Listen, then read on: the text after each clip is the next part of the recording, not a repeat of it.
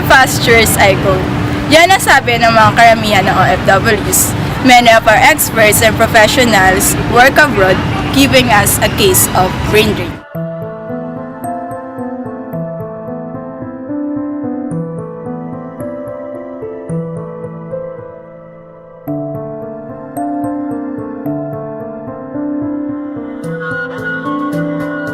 Alam mo ba kung ano yung brain drain? Alam niyo po ba kung ano yung brain drain? Brain drain? Drain. Brain drain. Hindi. Alam niyo po ba kung ano yung brain drain?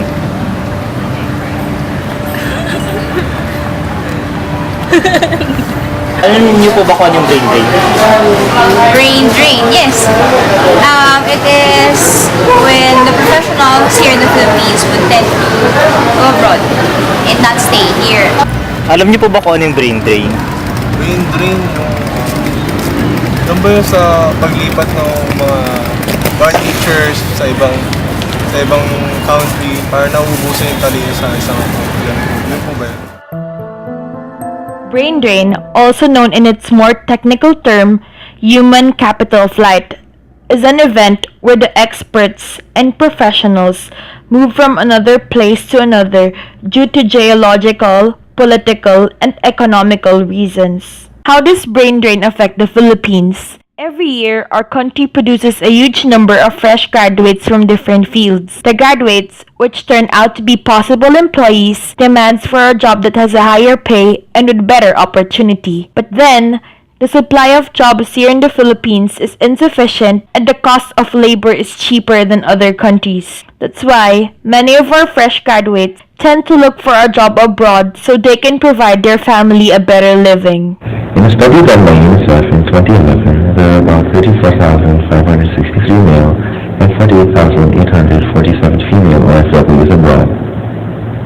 While a 2013 study by DOST shows that 24,502 science and technology workers were outbound to work abroad in 2009.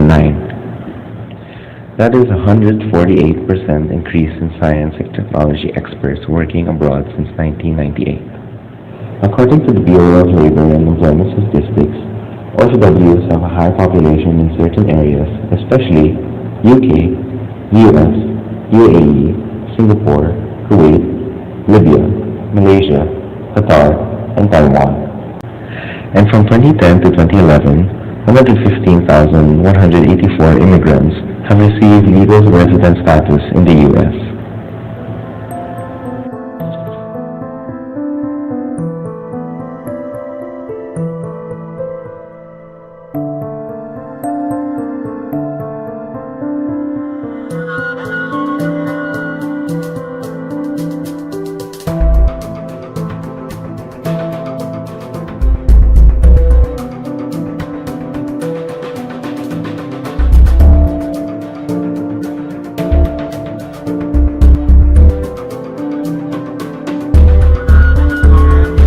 The reason why ako nagpunta dito, financial, para matulungan ko yung nanay ko sa probinsya. Lumipat ako sa Singapore for many reasons. Career-wise, gusto ko kasi ng international exposure. Plus, hirap na rin ako sa Pilipinas noon kasi late nights yung work, tapos wala namang OT pay, tapos ang hirap pumasok. Isang liit-liit lang na-share ko sa bahay, mga tipong pangmeral ko lang. Kaya, ayun, at least ngayon, mas malaki yung napapadala ko sa family. HRM graduate ako, pero sa dami ng mga graduate sa Pilipinas ng kurso na to, hindi ako makakapagtrabaho at saka hindi ganun kalaki ang sweldo ko. Although minimum wage ako dito sa US, ang kikitain ko siguro sa loob ng isang araw, kikitain ko sa dalawa o tatlong linggo sa Pilipinas. So, hindi ko mapag-aaral ang mga anak ko. So, yun lang, kailangan lang sakripisyo kasi nawalay ako sa pamilya ko ng matagal. Pero, kailangan may magsakripisyo para makatapos ang mga bata.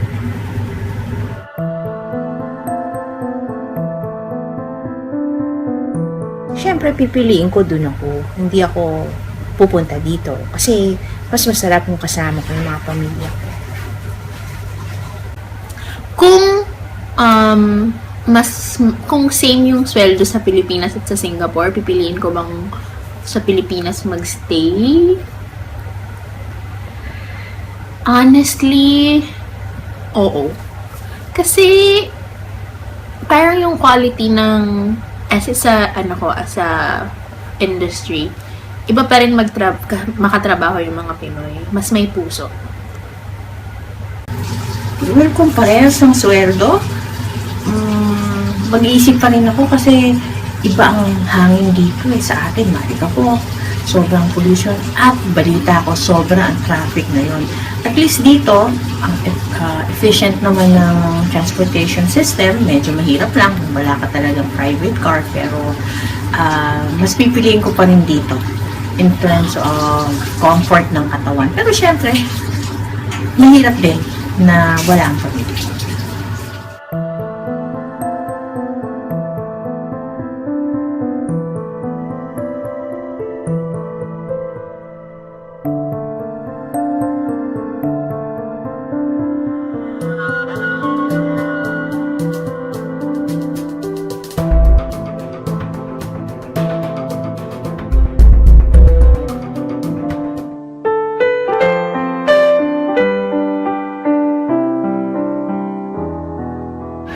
And do you have plans to work abroad after graduation? I don't have plans because I wanted to pursue my profession here and serve my country where I graduated. Do you have plans to work abroad after graduation? Personally, no, I don't have plans to work abroad since like I don't really aim to do much but just have a simple life here in the Philippines. I think mas gusto ko mag-work here in the Philippines kasi mas comfortable ako makisama sa mga tao here in the Philippines, and given that compensation is equal lang naman, so mas maano ko pa rin naman, makuha ko pa rin yung pera na kailangan ko for my family and for myself. So, Do you have plans to work abroad? Actually, wala. Kasi nakikita ko na hindi naman sa abroad or sa ibang bansa nakikita yung success. Andun lang yun sa pagpupursige kung nasan ka man. And kaya naman natin makuha